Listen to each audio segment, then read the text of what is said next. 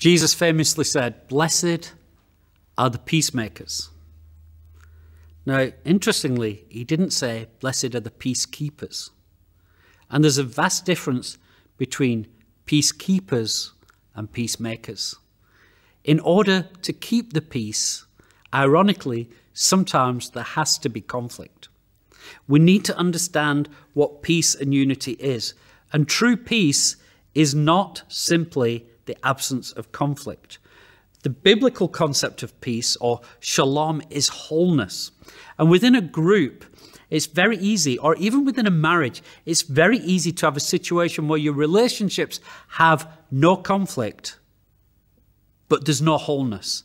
There's no unity. There's no oneness. There's no togetherness. You can have two people living in the same house, living completely separate lives. They may hate each other.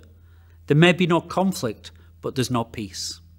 As community leaders, we need people who are not afraid of conflict. I'm not saying we must create conflict for the sake of it, or necessarily that we must enjoy conflict, but we must be those who are willing to have the difficult conversations. As I've spoken to many leaders over the years, and I say, which aspect of leadership is the most intimidating? Which is the scariest? Which is the most difficult to do? Time and time again, people talk about initiating conversations and engagements that they know have a high likelihood of ending in some kind of conflict or leading to some kind of disagreement. Because, to be honest, all of us want to be liked. None of us want to be disliked. None of us really wants to engage in fights if we don't have to. But if we're not willing to go there, if we're not willing to give people what they don't want sometimes, like as a father, I learned very quickly, sometimes I've got to be willing to be hated by my kids.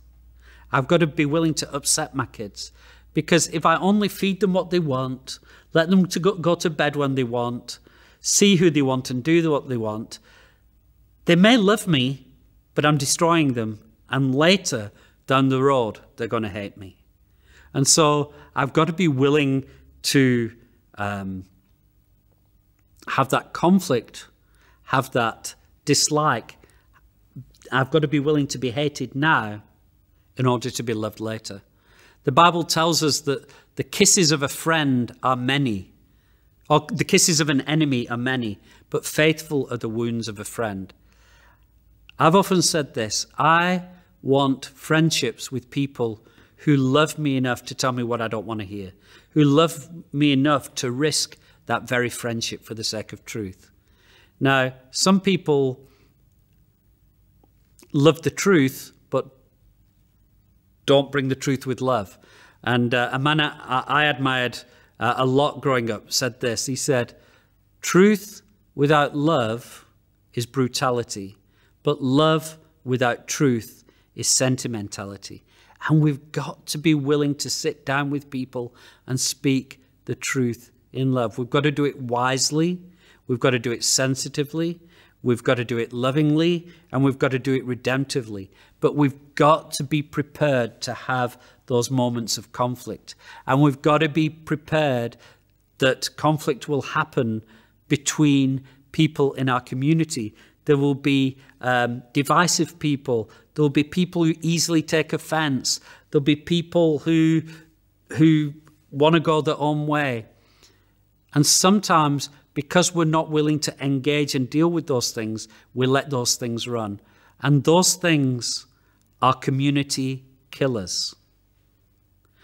We know the scripture, Psalm 133, where there is unity, the Lord commands life and blessing.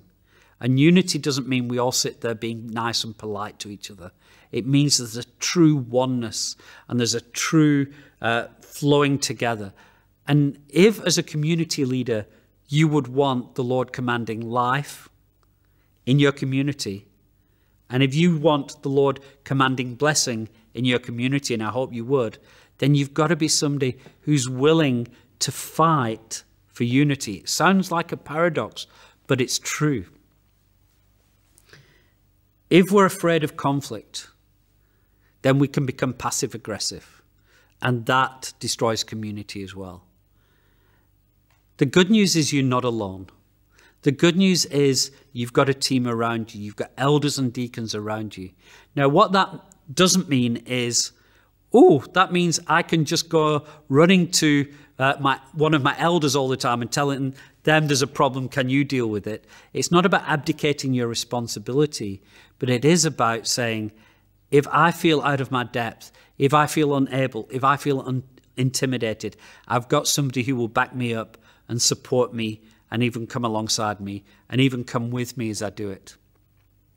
You know, when I used to run a Year of Your Life course,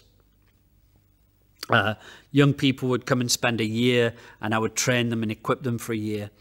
And I was very deliberate about one aspect of that course, because just filling people with theology wasn't going to create leaders of the future.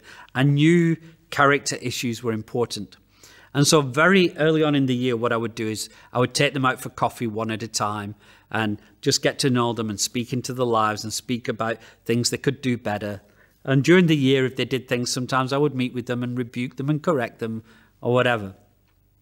But one of the things I realized is nobody really often trains other people how to do this. And so over the course of the year, what I would do is, first of all, I would meet people individually. Then I would meet people two at a time, and somebody would listen as I had that conversation. Then I would ask that other person, a month or so later, you have the conversation while I watch you, and I can guide you and correct you in that conversation. By the end of the year, we wouldn't even go out for coffee. We would do it as a whole group. It got named the round table. And we would just one at a time go around and say, right, speak into this person's life. When I asked for feedback on what were the most meaningful times in the year, I was shocked to find it wasn't my amazing teaching and the theology they'd learned. It wasn't any of that. The most meaningful thing in the lives of those students, time and time and time again, was the coffees in the round table. And so it was my willingness to have those conversations, sometimes that were unpleasant, sometimes that caused disappointment, but reshaped people. And sometimes it was the fact that other people were trained in how to have those conversations. So I want to suggest to you as a community leader, you may have never had the opportunity, the willingness, or felt you've had the ability to sit down and bring correction and guidance to somebody in a sense that you know has the potential to bring conflict. If that's the case, don't run away from it and don't hide, don't ignore it. Rather speak to somebody and say, I need training and equipping in this area of my leadership. Would you come with me and do it with me? Or can I sit with you while you meet with somebody? And there's a principle there of training, not just with this, but in most things. First of all, you watch somebody do it. Then you do it together. Then they watch you do it. And then they release you and you give feedback regularly. Let's not be afraid of the difficult conversations.